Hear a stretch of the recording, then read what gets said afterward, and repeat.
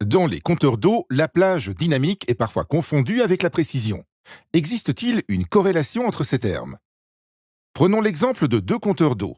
Les deux sont homologués jusqu'à 3125 litres par heure, mais ils affichent une plage dynamique différente, 800 contre 250.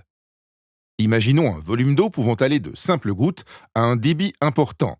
Les deux compteurs sont homologués pour effectuer des relevés dans cette plage. À la base, ils semblent similaires.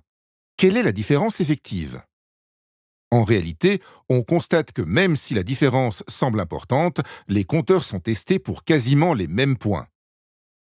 En pratique, cela ne renvoie aucunement à la notion de précision. Si la précision est un critère important pour vous, concentrez-vous sur les plages où un foyer type consomme le plus d'eau.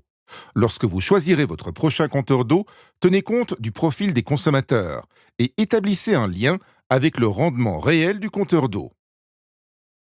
Par exemple, si un compteur présente une marge d'erreur de 2% dans une zone qui représente seulement 1,5% d'une consommation annuelle de 100 mètres cubes, la quantité d'eau non comptabilisée sera de 30 litres.